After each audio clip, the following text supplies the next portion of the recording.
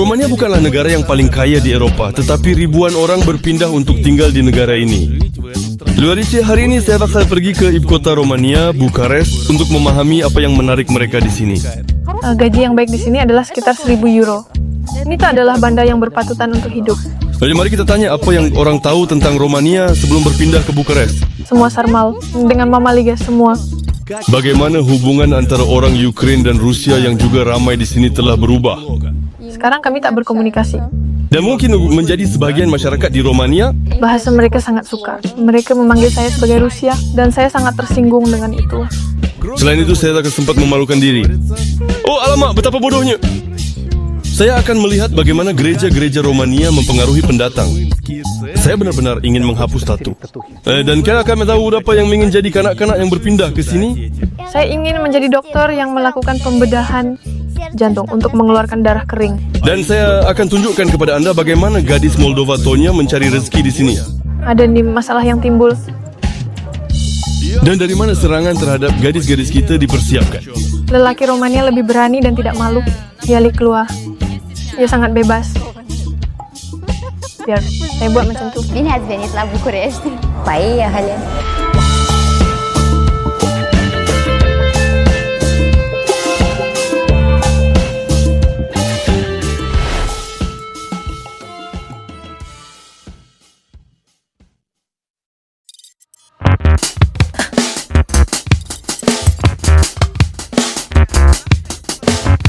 Tahniah, kenalkan, ini Tonya.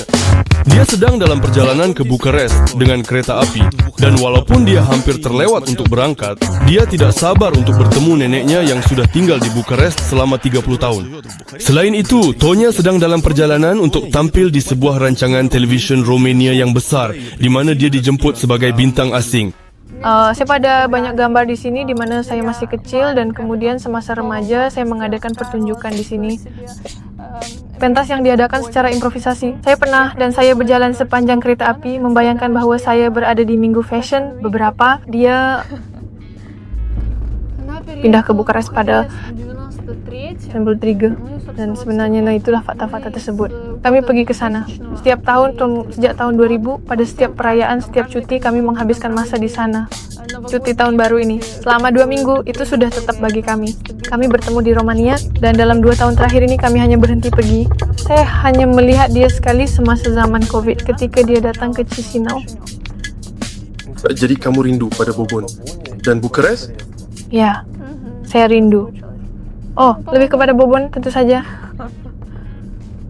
Kereta api ini akan mengambil masa lebih dari 12 jam. Dan selain tidur, ada banyak hiburan di sini.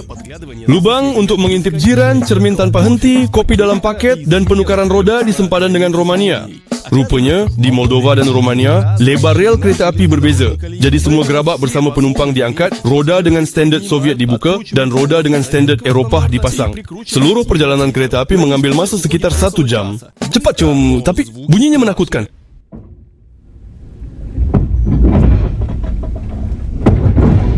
Apa begitu setiap kali? Ya, karena mereka memisahkan setiap gerabak dan kemudian mengangkatnya secara berasingan. Sekarang mereka mengangkatnya. Seterusnya hanya tinggal untuk tidur dan bangun di stesen kereta api Bukares, di mana sekarang semuanya disediakan untuk menerima pelarian dari Ukraina sukar untuk tersesat. Ngomong-ngomong, mereka merakam hebat tanpa saya. Sangat menyedihkan bahawa kereta api bergerak pada waktu malam, jadi tidak dapat melihat Romania dengan jelas. Saya tak boleh begitu. Jadi saya pergi dengan kereta. Di custom, nanti dokumen yang disteriksa bagi pelarian, tetapi saya perlu menguruskan kad hijau untuk kereta kerana tidak semua pegawai sempadan tidur. Di Romania, lanskap tidak banyak berubah. Jelas sebahagian orang di kampung masih bercucuk tanam tradisional. Terdapat kambing, kereta lembu dan jerami yang terbakar. Pada masa yang sama, terdapat juga tanda-tanda infrastruktur yang maju. Jambatan komuter kereta api menuang dan ladang dengan panel solar. Terdapat banner iklan dengan gambar Yesus. Orang Romania, adalah rakyat yang beragama ortodoks. Kota-kota ini sedikit mirip dengan kita, masih banyak unsur sosialisme di dalamnya. Ya, di jalan-jalan ada banyak bendera dan bangunan bersejarah yang cantik. Saya berhenti untuk makan di bandar besar Buzau. Muzik dari pembesar suara dimainkan selama setengah jam. Yura Shatunov menjerit. Parti, diminuit. Di Buzau saya juga suka trotoar di mana nampaknya baru-baru ini semua orang berjalan dengan tenang di atas konkrit yang segar dan orang-orang yang lalu lalang tidak terganggu dengan itu. Mudahlah perjalanan juga menarik untuk terjumpa radio yang memainkan lagu Rusia.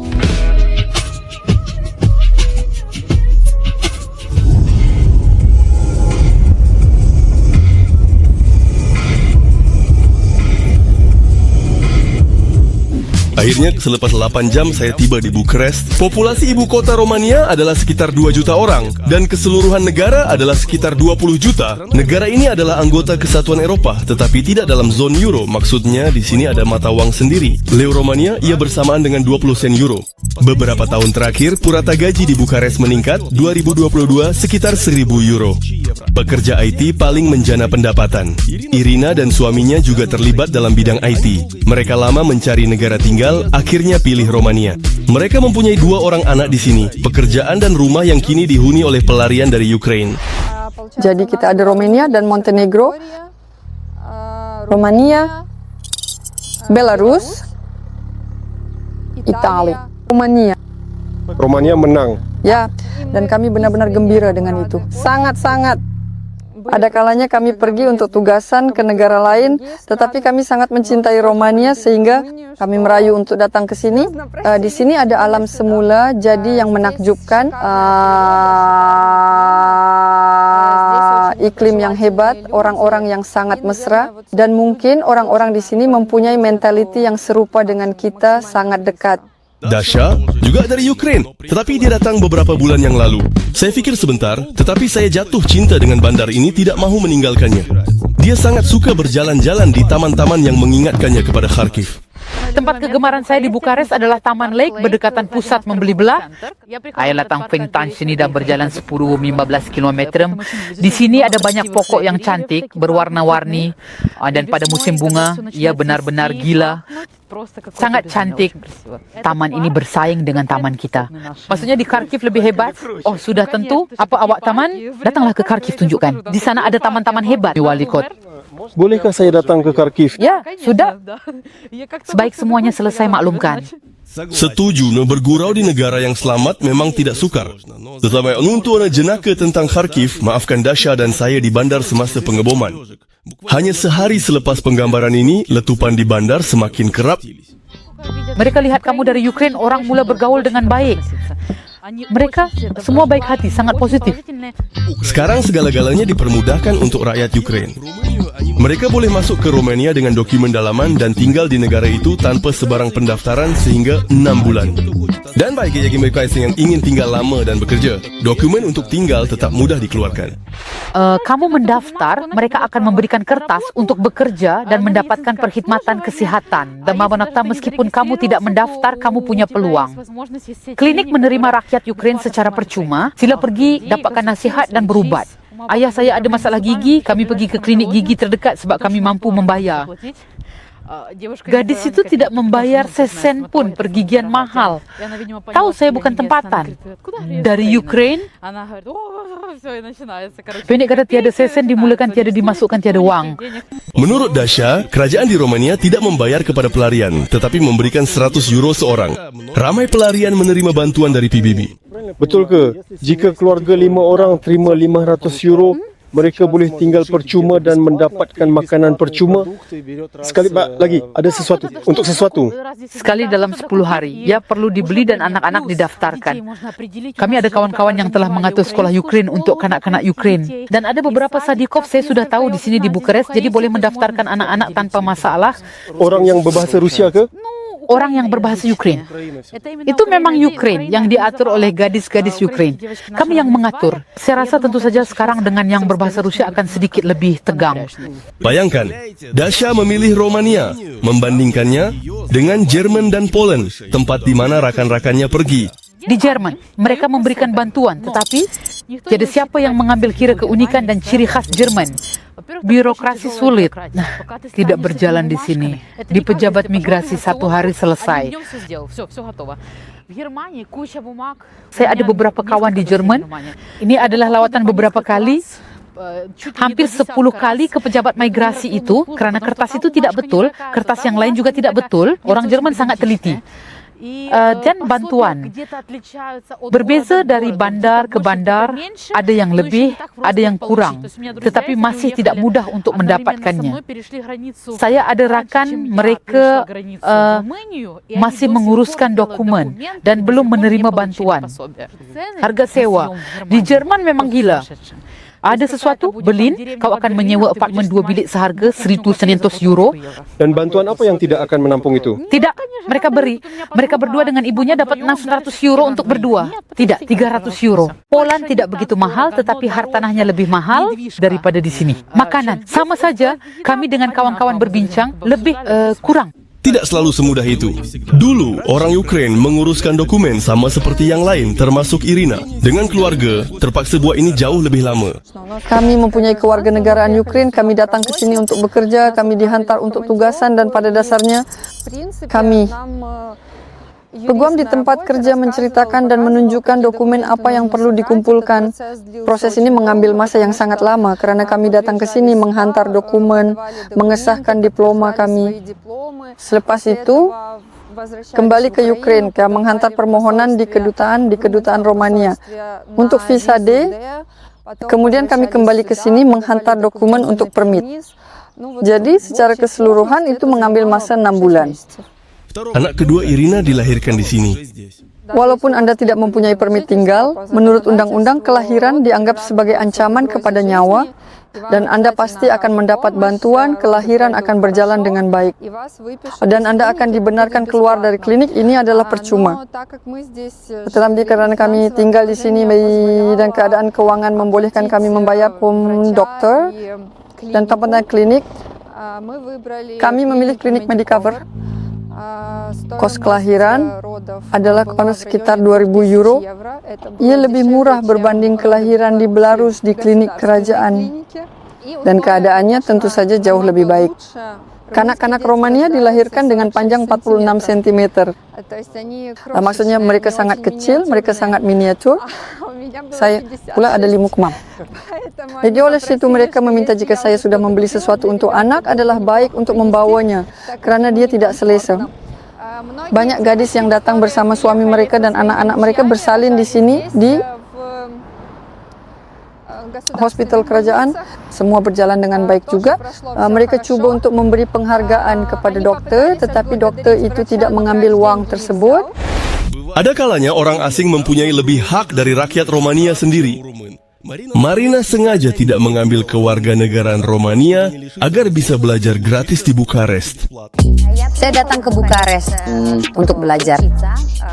Di university, maka saya tidak memerlukan kewarganegaraan karena orang dari Moldova, mereka mempunyai program khas supaya mereka tidak perlu membayar untuk university. Keadaan untuk ini adalah supaya tidak mempunyai kewarganegaraan Romania. Untuk orang asing, jika mereka bukan pelarian, untuk mendapatkan izin tinggal dan bekerja, mereka perlu mencari majikan yang akan menjamin mereka. Idea di sini adalah bahwa kita memerlukan kontrak untuk monk. Dan dengan ini kamu boleh membuat pernis ini untuk penyewa. Saya punya untuk belajar, yang ini untuk bekerja. Selepas belajar, Marina bekerja sebagai ejen hartanah kini menjana pendapatan yang baik. 1.000 euro adalah jumlah minimum diperlukan untuk hidup. Tapi kamu dah dapat gaji, itu? Saya tidak punya gaji. Saya bekerja komisen saya atasi. Cukupkah? Untukmu saja? Cukup, katakanlah begitu. Pada tahap hidup sederhana tinggi. Marina tinggal dan bekerja di utara Bukarest. Kawasan ini dianggap yang paling berprestige dibandingkan dengan pusat bandar. Ini dianggap sebagai kawasan sangat hebat. Apa yang lebih hebat? Ini lebih hebat daripada pusat bandar. Di sinilah kita sekarang. Ya? Di Bukarest, perniagaan besar Eropah juga berusaha untuk masuk. Kami mempunyai harga yang sangat baik. Jika kita ambil kira, berapa harga sewa yang boleh dikenakan? Peratusan keuntungan ini sangat tinggi di Romania. Apa berlaku di Romania? Ada pelanggan Delneo? Pelanggan saya sekarang ingin melabur. Dia boleh membeli ruang di pusat London dengan harga $20 juta. Adakah berapa memberi uang untuk jangka masa yang lama? Dan menyewakannya dengan harga sekitar 10-20 ribu kira-kira? Di sini, untuk dapat 20 ribu sebulan, membeli bangunan dengan harga 3 juta. Irina juga tinggal di kawasan utara. Menurutnya, prestij kawasan ini berbeza-beza bergantung kepada jaraknya dengan taman besar dan badan air. Julat harga untuk perumahan di sini dari 400 euro hingga tidak terhad. Di sini kamu tidak akan bertemu orang ramai tanpa tempat tinggal tetap. Di sini terdapat banyak sekolah, tadika, dan banyak taman permainan di halaman. Pada dasarnya hanya 10 menit berjalan kaki ke taman besar di Bukares, Hirostral. Ada pusat membeli belah yang besar di sini. Di sini ada stasiun metro Urel Flyku dan pengangkutan awam yang sangat baik. Kami ketika tiba di sini, ini adalah kawasan pertama yang kami kenali. Oleh itu kami menetap di sini. Dan ketika kami datang ke Romania untuk kali kedua, kami berkata bahwa kami tidak akan berpindah dari kawasan ini. Kami rasa selesa di sini. Di seberang jalan, udah ada rumah-rumah yang bersebelahan dengan taman Hirostral dan sewa di sana bermula dari 1.000 euro. Di Bukares terdapat tadika dan sekolah dalam banyak bahasa. Tetapi, mengaitkan masa depan anak-anaknya dengan Romania, Irina menghantar mereka terus ke tadika Romania. Apabila timbul soalan tentang menghantar anak ke tadika, mereka memilih tadika berbahasa Romania supaya anak perempuan dan sekarang anak lelaki mereka dapat belajar bahasa Romania. Kami belajar bahasa Romania supaya dapat pergi ke sekolah biasa. Oleh itu, anak itu lebih mudah maka berkomunikasi atau dalam bahasa Romania. Dia dengan mudah membuat kawan di taman permainan, di taman apabila kami pergi, sama ada ke gunung atau ke pantai.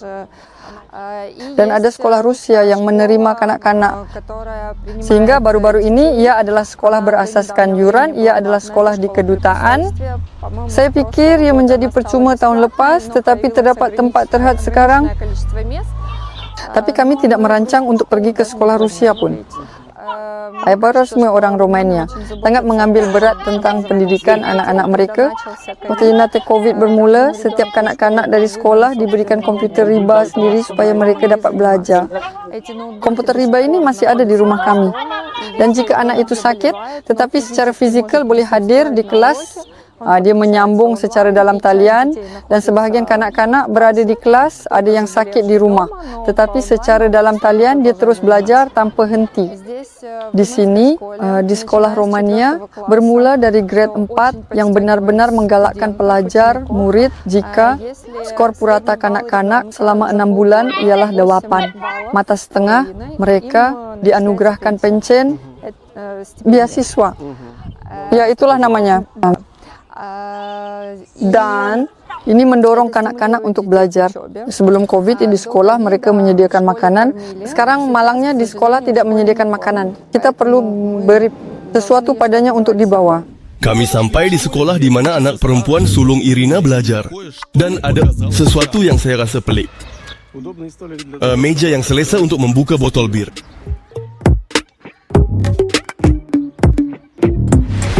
Saya rasa tidak pasti, tetapi rasanya kita dilarang menjual minuman beralkohol betul-betul di sebelah sekolah.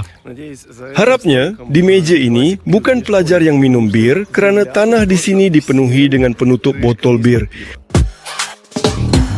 Katya dihantar ke sekolah awam, tidak seperti sekolah swasta, semuanya lebih ketat, kerja rumah banyak. Dia menari dan terlibat dalam banyak perkara menarik untuk kanak-kanak. Selain itu, dia memutuskan untuk menjadi doktor. Budak darjah 5. Sangat-sangat tidak baik kepada saya. Salah seorang rakan sekelas, ketika kami di kelas 0, tidak percaya bahawa saya mempunyai pisau bedah. Ada sesiapa keluarga kamu doktor? Ya. Dan kamu doktor? Saya ingin menjadi doktor yang memotong jantung untuk mengeluarkan darah kering. Kamu bersedia belajar di Romania? Ya. Dan kamu akan jadi doktor Romania? Ya. Dan juga Renuska, bahwa kita ada pelajaran agama. Pelajaran agama? Oh, pelajaran agama. Kamu suka kan? Ya. Apa kamu suka tentang dia? Dengan menonton kartun semasa pelajaran. Saya faham, baiklah. Matematik kami berjalan biasa saja. Kamu tak boleh menonton kartun kan? Boleh. Kamu orang Ukraine? Ya. Kamu suka Bukares, kota yang cantik? Saya tidak suka, tetapi saya dilahirkan di Belarus. Di bandar mana? Dalam Belarus. Minsk. Budak lelaki pertama bernama Anders. Dia ingin memahami saya pergi. dalam jiu-jitsu. Belajar bertarung. Fu fu fu fu fu fu fu fu fu fu fu fu fu fu. Tidak, saya hanya berbaring di sana dan tidak buat apa-apa. Sebenarnya saya buat sesuatu di sana dan saya sudah dapat tali pinggang kedua. Ya kadang-kadang kita terlalu seronok sampai saya pukul Lorena dan dia balas dengan memukul saya. Dan kemudian saya berkata pada akhirnya, kamu patahkan kaki saya, kamu patahkan tangan saya. Kami dengan bantal, jangan tumpah air. Ada seorang cikgu yang garang, yang jika kamu tidak buat kerja rumah dengan sengaja, dia terus menjerit seperti orang yang gila. Dia tidak faham bahasa Rusia dan tidak akan menonton. Dia paham bahasa Rusia. Dia faham dengan sangat baik sekali. Baiklah, Nia tidak membetulkan apa yang berlaku dan dalam bahasa Romania. Tetapi hanya jika saya tidak faham sesuatu, mereka bercakap dengan saya dalam bahasa Rusia. Oh, saya dah pernah bermain tenis besar sebelum ini, tetapi hanya dengan guru saya yang bernama Claudio. Dia sudah pergi dan cari kerja di negara lain. Nah, dan sekarang saya tidak lagi berlatih. Kenalkan Dima. Dia berasal dari Kishinev dan telah menari selama 15 tahun dan sangat profesional dalam bidangnya. Dia bermimpi untuk merealisasikan semua idenya di Kishinev tetapi tidak tahan dengan suasana yang sempit dan pergi ke IAS. Tetapi dia hanya merasai sesuatu yang serupa dengan merealisasikan impiannya di sini, di Bukarest.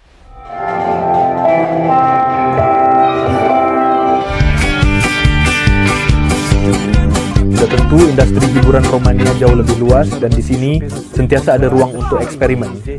Sentiasa kamu boleh mencuba sesuatu yang baru. Paula adalah penyanyi yang saya kenal sejak kecil dan saya sangat menyukainya. Saya benar-benar jatuh cinta, selalu menonton klip-klipnya. Dan sekarang saya bekerja dengannya, ini benar-benar impian. Apabila dia bercakap masalah di Moldova, dia hilang sabar. Ingin mengubah sesuatu, menjelaskan mereka kurang pengalaman, sudah tahu segala-galanya. Dan kenapa saya harus mendengar kamu? Ya, saya lebih berpengalaman mungkin. Hah? Kita sedang bercakap tentang sesuatu yang spesifik, kan? Apa kabar? Kepada banyak orang di sini, bukan satu secara khusus, di sini ada banyak. Maksudnya saya sudah penat kehilangan sabar, kesehatan dan segala-galanya, jadi saya pergi ke Amerika. Dan ternyata dari Amerika saya mendapat kerja di Romania. Dima cepat menyesuaikan diri dengan realiti Romania. Dia suka berjalan-jalan di Bukarest membandingkan negara ini dengan Amerika Syarikat. Ya, sebab ya saya ingin makan malam. Di Amerika saya mengalami situasi di mana jika saya ingin berjalan-jalan saya perlu masuk ke dalam kereta, pergi ke suatu tempat, ke taman dan berjalan di sana, atau hanya keluar dari rumah dan pergi begitu saja. Tidak boleh. Di sini saya sangat suka pusatnya dan saya memang suka seni bina Eropah.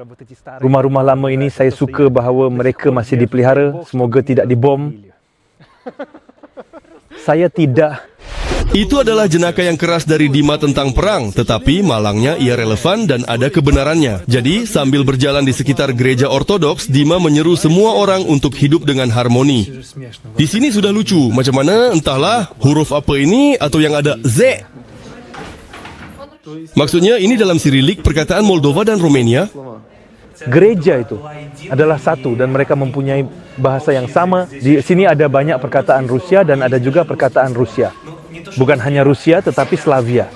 Saya bukan orang yang paling religius tetapi mari kita jujur, seni bina, gereja memang memukau, contohnya seperti gereja ini. Dan gereja ini adalah bukti bahawa apa yang kita lihat di sana, tulisan-tulisan dan segala yang lain, adalah bukti bahawa tidak pernah ada situasi di mana satu bangsa selalu. Disitulah ia ditutup.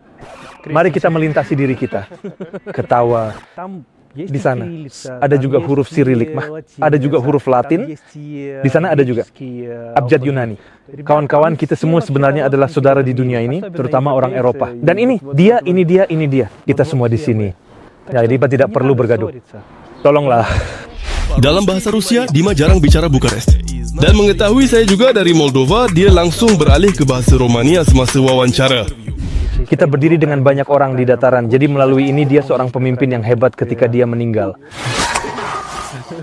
Saya mulai dalam bahasa Rusia, Kau boleh letak ini seperti yang kau mahu. Di sini seni bina benar-benar memikat saya. Seolah-olah kau berada di zaman pertengahan. Kau lihatlah meja itu kan? Betapa comelnya dia. Di sini seolah-olah para kesatria duduk selepas mengalahkan seseorang dan makan sesuatu. Lihatlah gambar-gambar ini. Sejuk. Rasa budaya itu sangat hebat. Saya benar-benar ingin menghapus tatu dari Amerika. Saya akan katakan bahwa di sana seorang penari biasa tidak mendapat bayaran yang baik. Di Vegas pun kau boleh dapat sekitar $150 untuk satu pertunjukan. Di Romania pun sama, sekitar $150. Setiap hari pada musim sejuk, kami terpaksa menghentikan wawancara seketika kerana seorang lagi individu kreatif muncul di siaran. Mereka sering Lihat, baiklah. Ciuman untuk salon. Untuk mengubah maklumat. Agar dia dapat pergi, pastikan dana mencukupi tersedia. Tanpa dana, proses ini mungkin menghadapi kesulitan. Mari semoga berjaya, syukur kepada Tuhan. kami telah menyentuh perkara penting mengenai pelanggaran sempadan peribadi dengan penduduk Romania, terutama dalam keadaan keliru wanita dan kanak-kanak. Mungkin boleh menjenguk ke dalam kereta dorong dan cium kaki anak, tangan ke kamu usap. Jika anak itu sudah tidak dalam kereta dorong, sedikit lebih besar, mereka boleh cium dahi. Bagi kami ini Agak berlebihan. bukan sedikit. Di sini, seperti bayi yang baru lahir, kita ingin menjauhkan dia dari semua orang supaya dia tidak terkena sebarang jangkitan. Anak itu sebenarnya bukan dari hari pertama, biarlah dari hari ketiga. Dibawa keluar, diperkenalkan kepada keluarga, saudara, kawan-kawan, dan bukan hanya itu, bayi itu sudah aktif. Ya, Tonya menunjukkan minat yang sudah berbeza sifatnya. Lalu cakap dengan mereka, mereka bawa bil. Maksudnya saya masih bercakap dengan mereka buat macam ni kepada saya. Mereka berpaling atau kita nampak? Mereka bahkan tidak menyembunyikannya. Ichan, Selain itu, Tonya merasa marah dengan penggunaan aktif imej wanita yang jelas dalam iklan jalanan di Romania. ini adalah kanaya mereka. Apa salahnya dengan iklan ini? Sebab ini adalah penggambaran seksualisasi wanita sebagai objek. Ini macam tidak menghormati wanita, kan? Ya, nah, nampak cantik.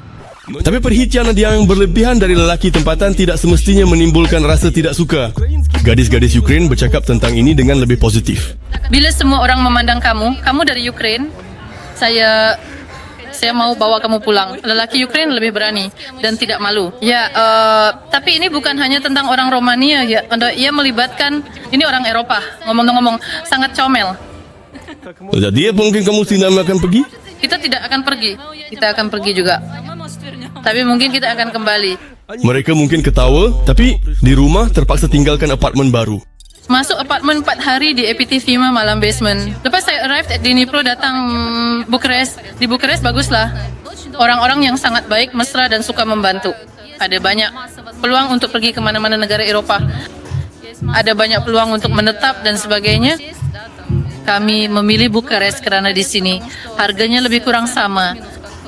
Di Kiev jauh untuk pergi. Jadi kami di sini sampai perang berakhir. Bila perang tamat kami akan pulang. Lelaki tempatan mendekati kamu. Pemandu taksi message saya sepanjang hari ini. Saya mau pergi dalam perjalanan dengan kamu. Pergi ke masa depan? Ya Tuhan, saya pikir hanya ya sudah kita bertukar-tukar saja. Tapi tidak sampai tahap itu. Sepanjang hari dia menghantar message. Di Bukares saya tidak akan bertahan dengan orang tempatan. Ya, ada pelbagai cara. Tidak boleh dielakkan, kan? Daniela dari Kharkiv. Dia sudah di Bukares selama 2 bulan. Dia berharap untuk kembali ke Ukraine, tetapi jika terpaksa tinggal di Eropah, pilihannya adalah Romania. Sementara di sini, ya. Kami fikir untuk pergi ke Jerman, tapi kami berubah fikiran. Mungkin kami lebih membandingkan dari segi mentaliti. Di Jerman, orang-orang seolah-olah lebih kaku macam tu. Di sini, lebih dekat seperti di tempat sendiri. Di sini lebih bebas ya. Biarlah begitu. Dia datang ke sini, ke kedutaan Ukraine untuk memulihkan dokumen, memandangkan keadaan di sini sentiasa ramai orang, tetapi Daniela dapat menyelesaikan masalahnya dengan cepat. Pasport teknikal saya telah dicuri. Menyelesaikan masalah, mereka hantar ke polis, kemudian ke sini. Mungkin bukan dicuri, mungkin ia terjatuh. Ya, macam-macam boleh berlaku. Apa prosedurnya contohnya untuk memulihkannya? Sebenarnya tiada masalah. Dan jika saya pada asalnya datang ke polis, mereka mengeluarkan surat pengesahan untuk saya. Saya datang ke sini, konsul, mengesahkan bahawa kereta itu sebenarnya milik saya, supaya tidak ada soalan di simpanan.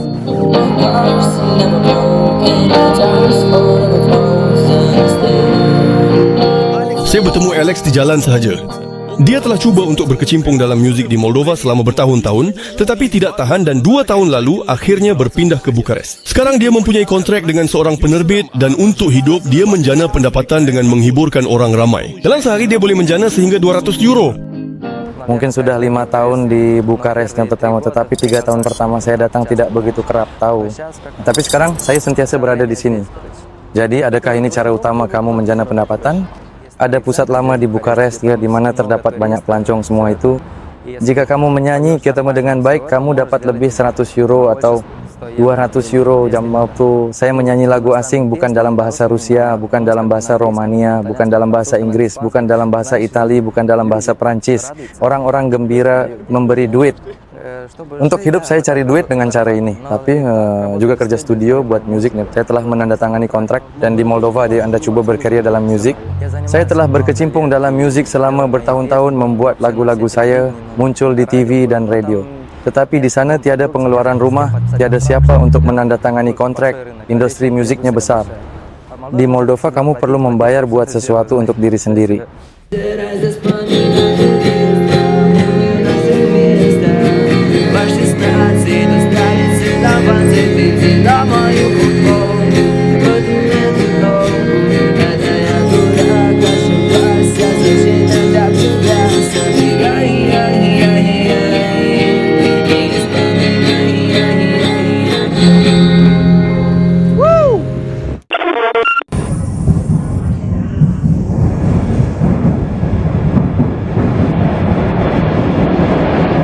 Bukarest, sistem metro sangat selesa. Tiket di mesin hanya berharga 3 lei. Dan dari segi suasana dan saiz, sistem metro boleh dibandingkan dengan yang di Kiev atau Saint Petersburg, cuma keretanya dari dalam kelihatan seperti ular panjang. Secara keseluruhannya, dalam metro adalah bersih, tetapi tidak tanpa jejak burung di eskalator dan tidak tanpa politik di skrin televisyen. Melalui peta, kita dapat lihat bahawa Bukarest menyerupai pizza dengan sektor-sektor kecil yang berkumpul di tengah. Tidak tahu bahasa dan gambar-gambar tambahan boleh ditafsirkan dengan salah. Di sini jelas seorang lelaki menarik lelaki lain di tempat yang tidak senonoh, tetapi dalam bahasa Rusia orang menulis sendiri. Apa kaitannya dengan ekspresi diri? Ada papan khas untuk itu. Di sini kebanyakannya kata-kata kasar dan ini khususnya adalah kata kasar. Dan di sini tertulis jika kamu membaca ini kamu gay. Dalam semangat itu. Semua? Ada iklan dia sedang mengangkat laman web? Tidak. Tony saya belum sempat di sini dalam metro sementara orang masih sedikit. Tony merakam kandungan lucunya.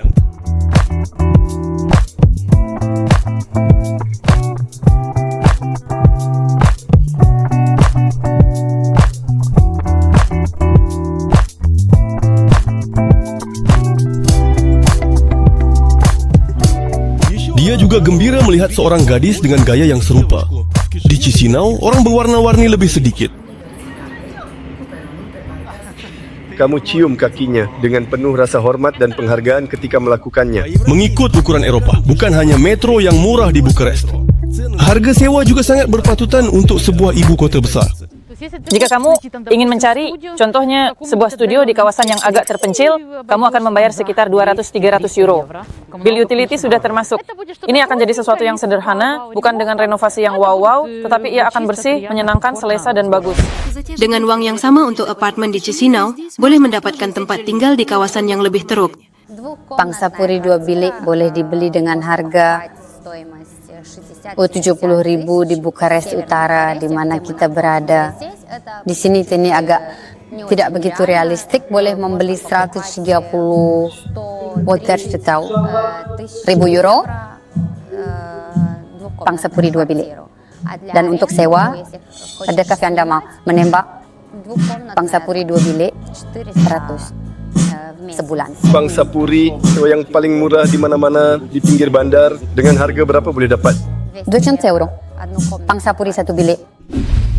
Pangsapuri nenek Tony mengingatkan kepada pangsapuri Soviet biasa. Bahkan perabotnya pun serupa. Sebab pada zaman sosialisme, perabot Romania seperti dinding dan almari sangat dihargai. Kecuali kita lebih sering ada kertas dinding saja, tetapi ini di sini adalah plaster. Dan begitulah, saya belum pernah melihat 3 pintu ke balkoni sekaligus.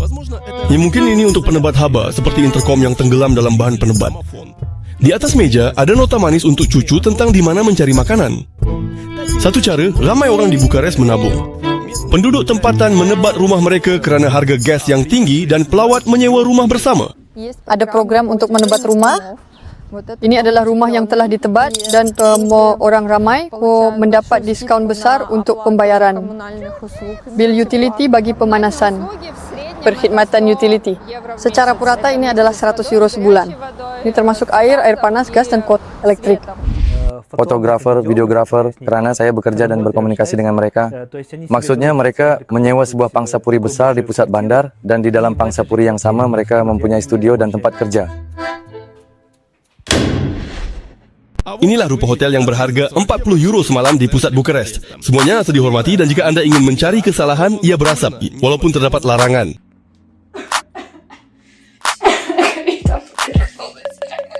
Dan pancuran mandian dan tanda entah bagaimana terlalu bersepadu dengan kawasan tidur. Semua ini untuk melanggar sempadan pribadi.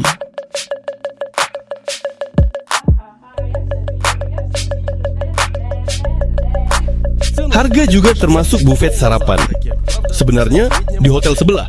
Kopi di kaunter penerimaan tetamu, di mana seorang gadis Moldova bekerja, berharga 2 euro. Neki, saya tidak bersedia membayar lebih untuk tempat letak kereta. Penjaga tempat letak kereta beri amaran. Jumlah 60 lei untuk 2 hari. Dan untuk tidak berasa seperti orang bodoh, saya mendapatkan semula sebahagian daripada jumlah itu dengan coklat percuma. Bercakap tentang kos sara hidup, Dasha menyatakan bahawa anda boleh mendapatkan makanan dengan mudah dengan harga 200 euro dan sebenarnya makan lebih murah. Murah tidak bermakna buruk. Iaitu ini akan menjadi sayur-sayuran, ini akan menjadi ayam yang kelihatan lebih baik daripada katakan sebahagian daripada kita di Ukraine.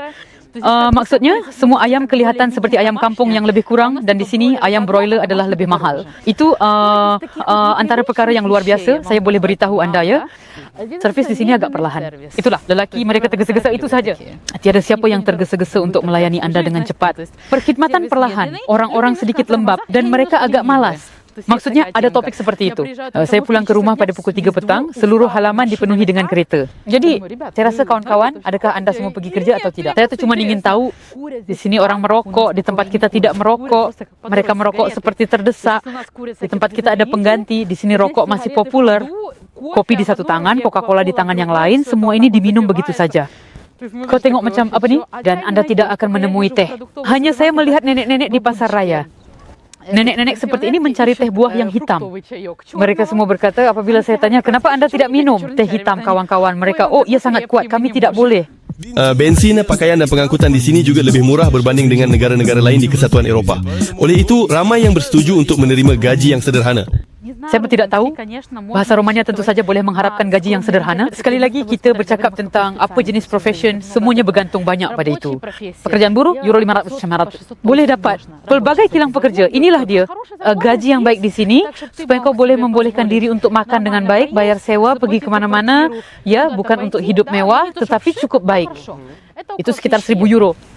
Ada orang-orang etika yang telah berpindah ke sini sebelum perang, sebabnya tidak ada kaitan dengan perang, hanya kerana di sini hidup agak murah. Ini adalah Eropah dan dengan pendapatan mereka. Tetapi ia masih kecil. Sekarang, jadi tentu saja di sini menurut anggaran PBB ada sekitar 500,000 pelarian. Oleh kerana saya dari Kharkiv, saya tentu saja berbahasa Rusia semestinya. Saya telah menemui kumpulan Rusia Bukares. Ya, di sini aku ada komuniti berbahasa Rusia. Saya boleh kenal orang Rusia dari logat. Saya bahkan boleh mendengarnya. Maksudnya mereka tidak bercakap seperti kita.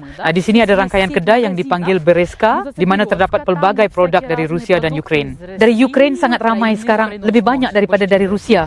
Dan vodka kita di sini harganya sangat mahal. Maksudnya, hortis yang boleh dibeli di kios dengan 50 yuan, di sini akan berharga 350. Jadi ini seperti biasa.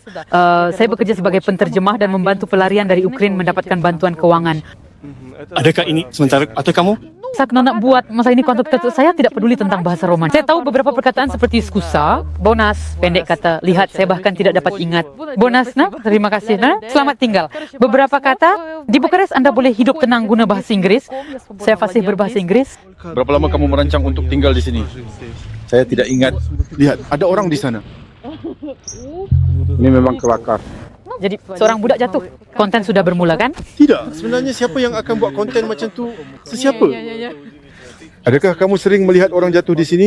Jadi karena ini sedang berbasikal, mungkin jatuh dari basikal. Mereka memakai helmet, semuanya dilengkapi.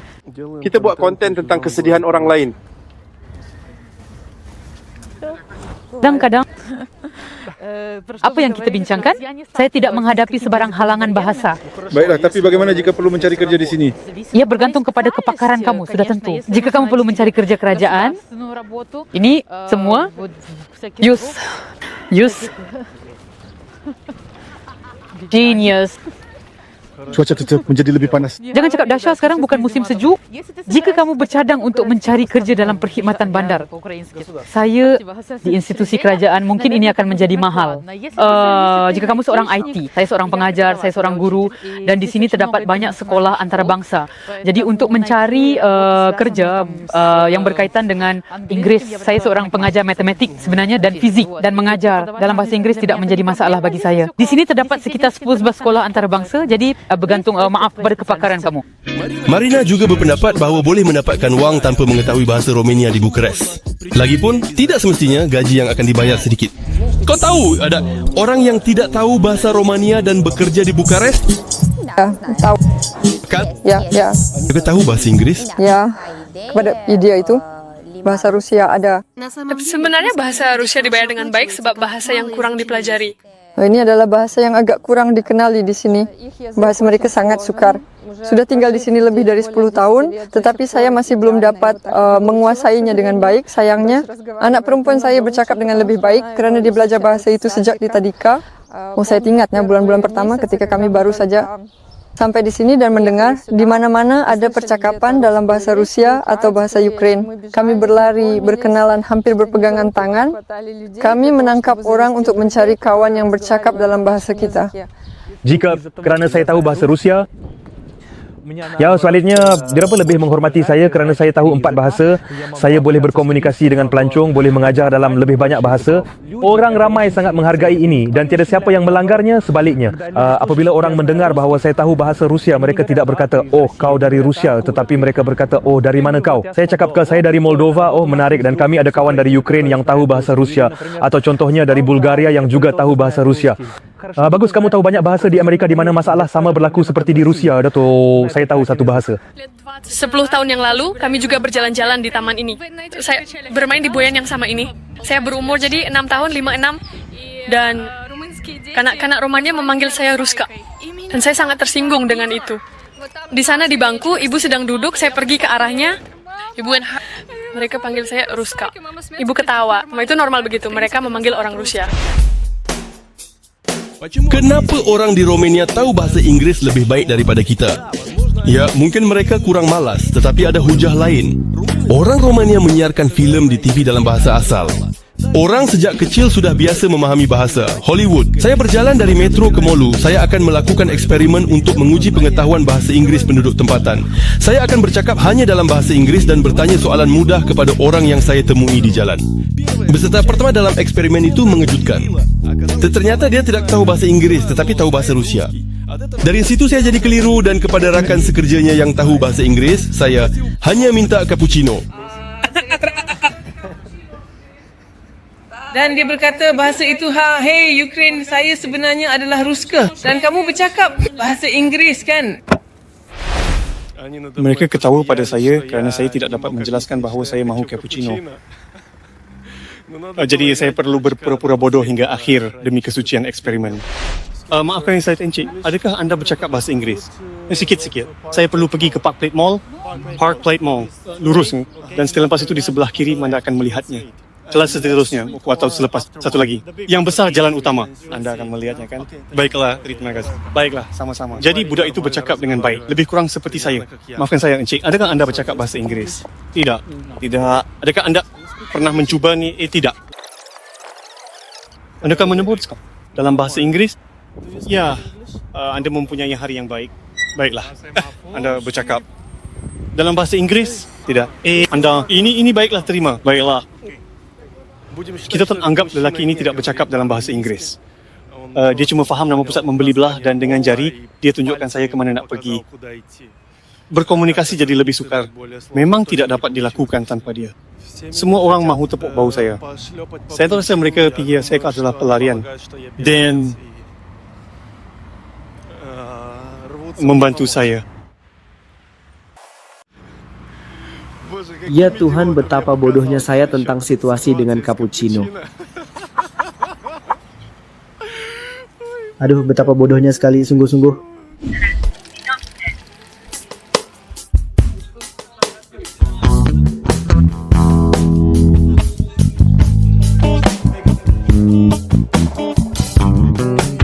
Tadi saya hanya bercakap dalam bahasa Inggeris. Saya telah menemui kedai, menjumpai kafe dan memesan makanan. Dan saya yakin bahawa tahu bahasa Inggeris dan tidak tahu bahasa Romania, di Bukarest anda tidak akan mati. Anda boleh mencari tempat menarik, anda boleh menyelesaikan beberapa urusan di bank. Anda boleh hidup seperti pelancong tanpa masalah. Tapi tentang mencari kerja, saya jujur ragu bahawa mungkin di sini tanpa bahasa Romania. Lebih-lebih lagi, jika anda bukan seseorang yang unik, dalam contohnya seorang pakar IT yang berbakat atau pekerja dalam bidang minyak dan gas, saya terdakwa akan melakukan eksperimen yang sama dengan bahasa Rusia. Saya akan beritahu anda dengan segera bagaimana semuanya akan berlaku. Jika mereka menjawab dalam bahasa Rusia, ia sangat jarang. Dan itu mungkin orang dari Moldova yang datang untuk bekerja atau tinggal atau pelarian yang sekarang banyak di sini. Kerana fasa panas masih berlangsung. Ukraine dan ramai di sini.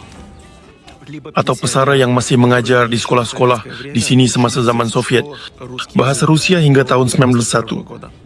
Lyuba juga melarikan diri ke Romania dari perang dan berpendapat tahap pengetahuan bahasa Inggris di sini rendah. Malangnya tidak semua orang tahu bahasa Inggris. Bahasa Romania, jadi sedikit demi sedikit saya terpaksa belajar kerana sekurang-kurangnya. Untuk nombor, sekurang-kurangnya, beberapa kata ucapan terima kasih, saya perlu belajar sedikit demi sedikit. Tahu, ada pengangkut Google, di situ saya masukkan frasa dalam bahasa Rusia dan mereka terus menterjemahkannya ke bahasa Romania. Tetapi walau bagaimanapun dengan dua anak, dia ingin pergi lebih jauh. Dia berubah pikiran dan tinggal di Romania. Membenarkan dia mungkin akan berpindah penuh ke sini. Belum ada bas evakuasi, saya pergi dengan pengangkut persendirian hingga ke Palangka dan dari situ sudah dibahagikan kepada yang berminat siapa yang mahu pergi ke mana, mereka pergi ke situ. Saya memilih Bukarest. Saya suka bandar ini kerana keramahan penduduknya. Orang-orang di sini sangat responsif. SNDG Kiamayami merancang untuk pergi lebih jauh, tetapi kemudian keadaan mengubah laluan. Saya tinggal di sini. Sukar merancang kerana saya sudah merancang hidup saya 4 kali dan semuanya tidak menjadi rancangan berubah. Jadi, bolehkah anda bayangkan bahawa anda akan tinggal di Romania? Sementara ini sukar, tetapi sangat mungkin. Apa yang mereka tawarkan anda dari segi dokumen? Uruskan sesuatu? Ya, mereka menawarkan untuk mengambil perlindungan sementara di bagaimana contohnya untuk mencari kerja, mendaftarkan anak-anak di tadika Romania sekolah. Saya faham bahawa anak-anak secara psikologi tidak bersedia untuk perubahan yang begitu mendadak dalam kalangan sosial mereka. Sebuah bandar yang sangat tua, ada banyak rumah lama yang menarik. Kita menceritakan bahawa banyak rumah berada dalam keadaan yang tidak terjaga.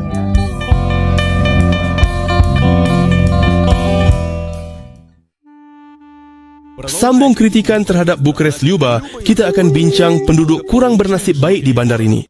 Mereka sering ditemui di sini. Orang-orang, morau, dalam cuaca sejuk, tidur di jalanan di atas kotak kadbot atau di bangku. Tidak pasti jika lelaki yang minum vodka di jalanan ini gelandangan, tetapi mereka masih kelihatan aneh, seperti gadis ini yang memakai kasut sukan sekurang-kurangnya 5 saiz lebih besar. Saya tidak ada masalah dengan orang Romani yang berniaga di dalam metro, tetapi ada orang yang mungkin merasa terganggu. Di sebelahnya ada taman di mana kami selalu lepak. Dan ada orang Romani. Lepak di belakang rumah ada orang Romani. Tapi itu di sana adalah lapisan tengah. Sebahagian daripada mereka bekerja sebagai pelacur dan sebagainya. Jadi mereka lepak di taman ini, jumlah mereka sangat ramai. Kononnya mereka menjual bantal di sana. Dan ayah kami mengajar kami bagaimana untuk menentang hipnosis. Kerana mereka sesuai Dengan alasan menjual bantal, mereka akan menghipnotis kamu dan mengambil semua yang kamu ada, semuanya akan dirampas. Maksudnya dia menyarankan contohnya untuk melakukan perkara-perkara aneh yang luar biasa seperti di situ kamu perlu menanggalkan kasut secara umum, buat sesuatu yang sangat tidak dijangka untuk memutuskan hubungan itu. Jadi kamu belajar untuk menanggalkan pakaian situasi yang tidak jelas. Ya, ini adalah keluarga kami. Memang ramai gelandangan di pusat bandar. Ya, kerana mereka dibantu. Ya, banyak pelancong datang, pelancong kasihan orang-orang dan memberi bantuan kepada mereka. Orang-orang ini sebenarnya tidak menerima wang di sana, wang mereka dirampas dan dengan cara itu yang lain memperkayakan diri dengan mengorbankan rakan sekerja. Jumlah rakan sekerja bertambah. Ya, kerana orang-orang ingin mencari rezeki, itu betul. Bercakap orang Romania biasa, Irina kata mereka minum lebih sedikit daripada kita. Di sini orangnya memang kurang minum, itu pasti. Saya tidak nampak orang keluar dari diskotik atau dari restoran seperti di tempat kita di Ukraine. Ya, maksudnya mereka lebih suka wine atau bir. Alkohol berat sangat jarang diminum. Pinca adalah dacha, sesuatu yang seperti Ziguli Soviet. Dan sekarang kilang dacha sangat besar, salah satu yang terbesar di Eropah. Dan sama juga, seperti Lada mengeluarkan kereta, berdasarkan Renault. Kereta dengan nombor pendaftaran Ukraine kini dibenarkan masuk ke Romania tanpa sebarang dokumen tambahan, bahkan tanpa kad hijau.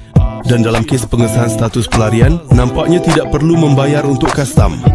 Tapi kamu perlu terbiasa dengan gaya pemanduan di sini.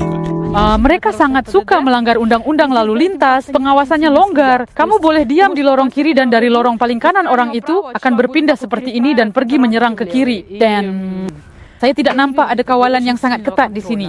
Dan mereka suka membunyikan hon.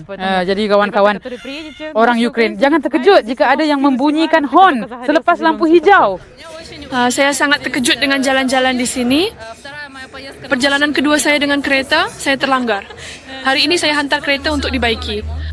Irina tidak begitu setuju dengan ini, yang selama bertahun-tahun tinggal di sini telah terbiasa dengan gaya pemanduan Romania. Dan masih terkejut dengan patriotisme penduduk tempatan. Di sini, orang Romania memandu dengan sangat berhati-hati. Mereka bersedia jika ada yang tiba-tiba berlari ke jalan, memberi laluan. Di sini, keselamatan pada pendapat saya berada pada tahap yang paling tinggi.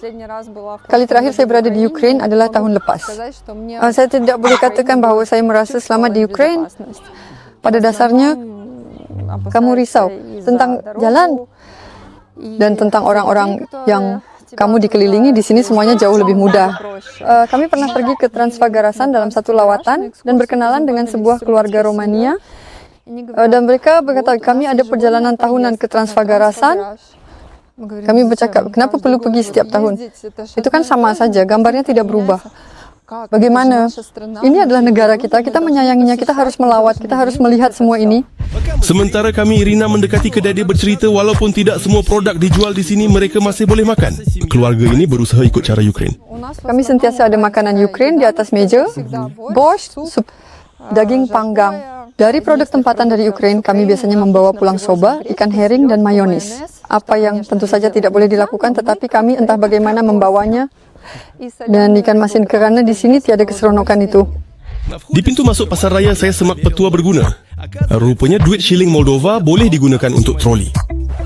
Saya telah membandingkan harga di kedai-kedai di negara-negara Eropah beberapa tahun yang lalu. Sudah tentu ada perubahan, tetapi secara keseluruhan dari jadual saya jelas bahawa produk di Romania tidak mahal. Di kafe-kafe pun tidak jauh lebih mahal daripada di sini. Banding Amerika Syarikat tidak boleh dibincangkan. Di sana mahal. Di sana menarik, tetapi mahal. Dengan perbandingan dengan Moldova, ya sedikit lebih mahal. Tidak begitu banyak. Ya, di sini sekitar 70 lei, mungkin harganya ayam dengan sesuatu. Di sini sudut 20, jadi banyak 50%. Tapi kami di pusat ramai.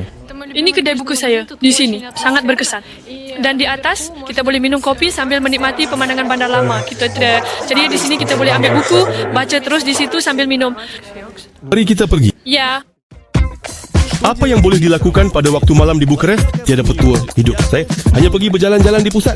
Ini dia parlimen terbesar di Eropah dan istana diktator Ceausescu yang ditembak, tram, pusat membeli belah, kolam dan anjing serta kucing yang sedang menghabiskan makanan enak di tong sampah. Saya pun jadi lapar. Setelah mengumpul tenaga, saya mula merosakkan semuanya. Saya tenterang The Figure The Club Striptease, tetapi ia tutup. Baiklah, tepat di hadapannya, mereka menjual pingat Soviet. Yang saya terkejut, tetapi kemudian saya tetap tenang dan pergi tidur. Saya tidak pernah menghadapi sebarang diskriminasi. Yang penting sini, semua orang dapat merasakan aksen saya, tetapi mereka memberi reaksi yang sangat baik. Saya yakin bahwa di sini mereka menghargai cara kami bekerja dan berusaha. Kesungguhan kami. Saya rasa ini adalah keseriusan ya, nilai yang kita berikan. Cara kita menepati janji kita. Kami berjanji sesuatu, kami menyokong. Dan kita menipu. Dan berusaha untuk menjadi serius. Bagi orang-orang yang bukan dari Republik Moldova, seperti orang-orang dari negara lain, bagaimana mereka di sini berintegrasi dalam komuniti? Mereka berintegrasi dengan sangat baik. Orang Romania secara keseluruhannya adalah bangsa yang sangat mesra. Mereka dikenali dengan minat untuk pengetahuan dan penemuan baru. Leskoper Savada, sekatan, rasa ingin tahu. Selama bertahun-tahun, Irina mula merasakan Bukarest sebagai tanah airnya di luar negara. Dia mengaku dari Romania. Apabila saya pulang dari perjalanan yang panjang dan mendarat di lapangan terbang Bukarest, saya merasakan bahwa saya berada di rumah dan selamat. Dan saya tidak boleh berada di mana-mana lebih dari seminggu.